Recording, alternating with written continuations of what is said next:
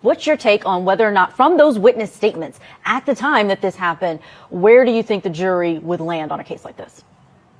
It's fun. It's going to be a tough call. And I know that's an easy thing to say. You can't lose if you say you're in the middle. It's going to be a tough call for these reasons. When you actually do an analysis of self-defense, there are different components. The argument that Carmelo Anthony was there and he shouldn't have been there. Well, that's okay, but it's not your bleachers. You don't get to throw people out because of a tent.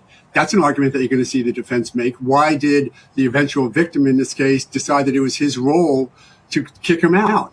And then there's a tussling back and forth. And then, unfortunately, Mr. Metcalf did seemingly start the fight, so to speak, right? He was what we might call the aggressor, and pushing him out or grabbing him and touching him.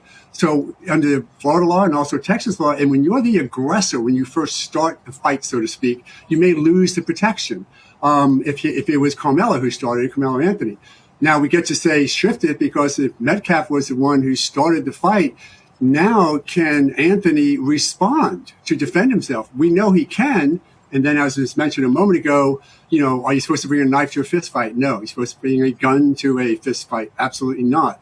But if you're there and starting to get attacked, which is what the defense is going to say, can you defend yourself? And what they're going to say is, Anthony he need to wait until the first nasty strike, the first injury. He can presuppose what might happen, and he's allowed to defend himself. But again, really a tough case, because it really is in the middle, and we're talking about two 17-year-olds. We joke and say that a male brain isn't fully developed until 25, and unfortunately, the tragedy happened probably because of a mix of testosterone and immaturity that brought these two boys together. Yeah, Nicole,